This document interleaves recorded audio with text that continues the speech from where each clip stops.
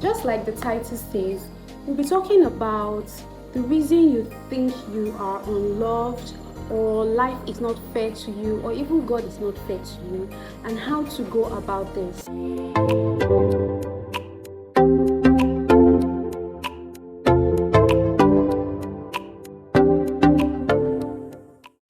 Hello everyone, I am Anita and I'm saying welcome to Anita's Enterprise. In this channel, we share values and talk about anything that aims at improving the quality of your life. Stay tuned and enjoy today's video. Before we start, I'd like to give this disclaimer. Everything that I'm going to be talking about, it is just my own opinion. I am not an expert, I am not a professional. So it all comes from my experiences plus the experiences of other people, then plus what the Bible has to say about this particular matter. In case I don't finish it in this video, there will be a part 2 or part 3 or even more parts. We as human beings, we love feeling special. We love having this special treatment. We just want to be treated so special, different from other people. It doesn't matter who we are expecting this treatment from, our friends, our parents, even God. We expect God to treat us differently in a very special way because we feel like we are so special to God. And now there are also some people who feel like because they have given their life to Christ, that bad things will not happen to them. But the truth of the matter is that even as a Christian, there is no one that promised you a very, very perfect life. No one promised you that. In the book of Ecclesiastes, it says that there is a time to be happy and there is a time to be sad. There is a time to laugh and a time to cry.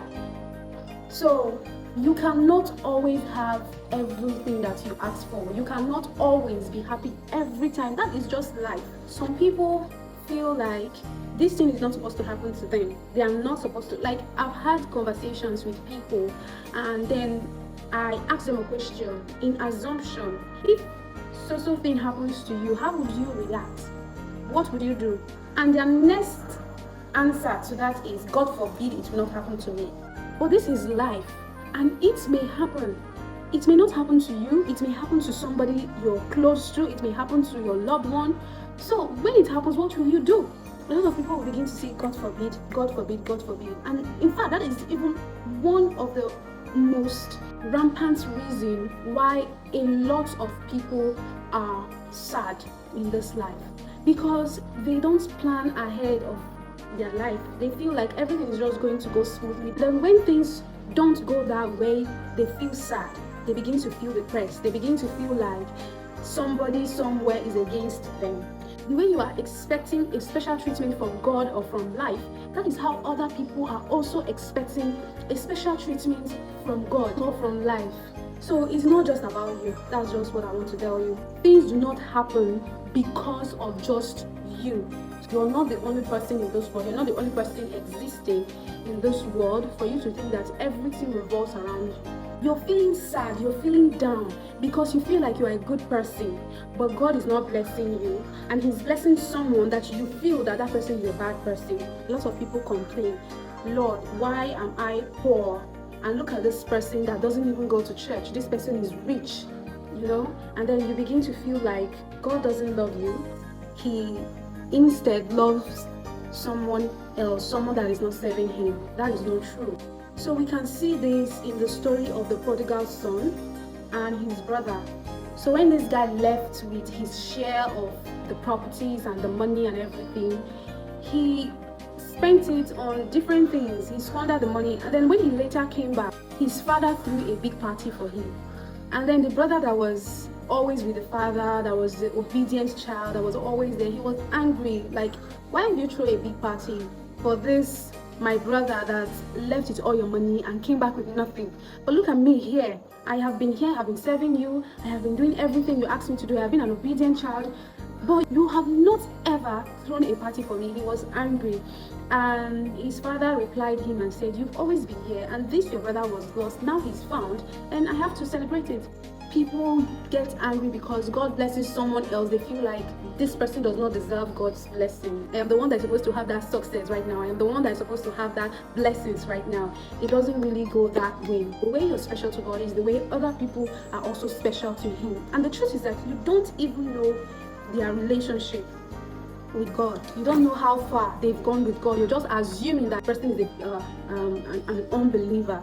Okay, so one thing I want to tell you is that you should just focus on doing what you're supposed to do. Focus on doing what is right, and stop thinking that because you are special that other people are not special. That someone you prayed for still died does not mean that God hates you or God did not hear your prayers. That's not what it means. What it means is that this life is not just about you. You don't know the reason why God still decided to take the life of that person. Even when you pray, that person's life is not your life. It is not about you, yourself. So you're special, other people are also special. This is one major thing I want us to talk about, and that is the fact that we fail to accept the fact that God is a sovereign God. We fail to accept the fact that everything that was created for the pleasure of God. Everything was created to please Him. Sometimes, most of us pray this prayer, God, let your will be done.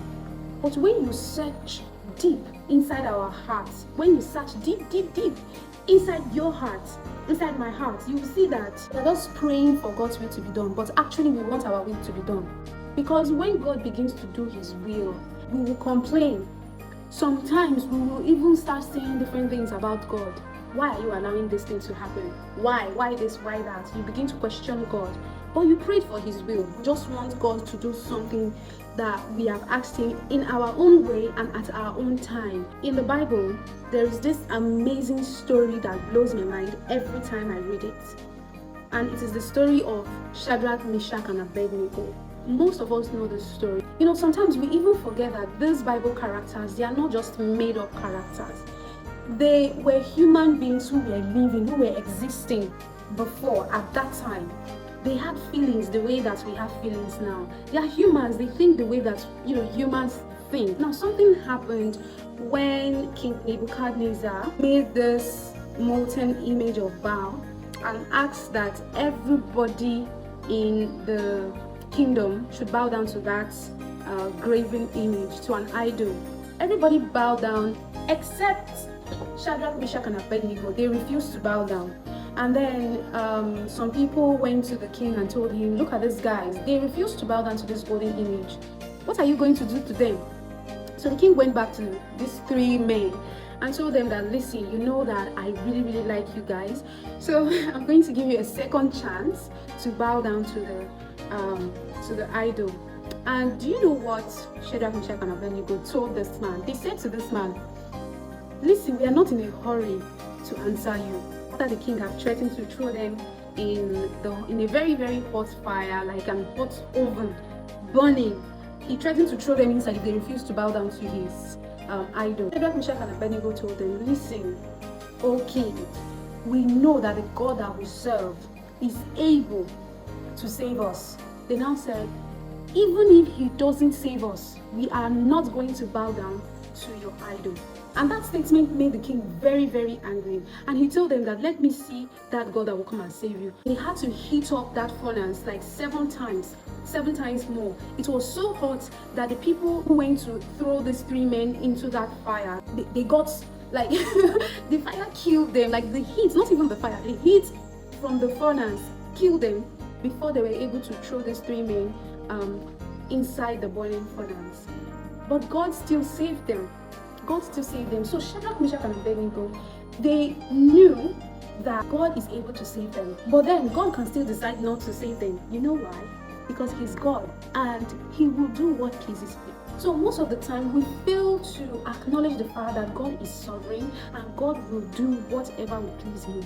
Even while you are praying for your sick mom to recover, even while you are praying to get that job or to start your business, even while you are praying for anything you're praying for and you're also working for it, do you know that God is a sovereign God? Regardless, God is still going to be God. He's still going to do what He wants to do. A lot of people want to tell God what to do. They want to boss Him around. They want to tell him that this is what I want and this is what you have to do for me. That is just, the God of your imagination. Our God, the God that we serve, is a king.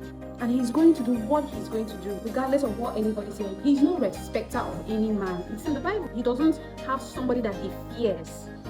In that your situation, can you say that I know my God is able to save me, but even if he doesn't save me, I will still not compromise? Can you say that? What if I die? Some people will ask that question. God doesn't care about me. What if I die? Listen, if I die, I still win. Let us be aware that God is also a sovereign God. He's not your houseboy. He's not a little child.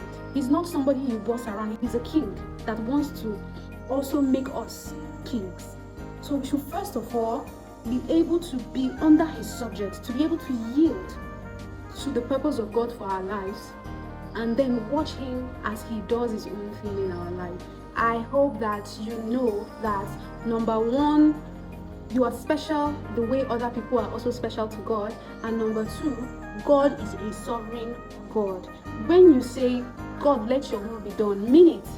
Just say, God, let your will be done, and let his will be done. Don't begin to interfere with your own will or begin to try to help God. Joseph did not try to help God. When Joseph had that dream, he was happy, but the process was not shown. He was not shown what he was going to go through. Assuming God showed him what he was going to go through, he might say, no, I don't want that. I think I would prefer to live my simple life in my father's house. God did not show him the process. God just showed him the end result of how he's going to rule over his father's house. Different trials, different temptations came his way, but he still trusted on God regardless. He was still able to say in his mind, even if God does not save me, I will still continue to serve him. I will not compromise. Can you say that? If you're depressed, think about the reason why you're depressed and tell yourself, even if this thing is still happening to me, even if it's still happening to me, as long as I myself, I know that I'm doing the right thing, I know that I'm doing what God says I should do, it doesn't matter. Whether God decides to save me or not, I'm still going to serve him. I'm still going to do what he says I should do.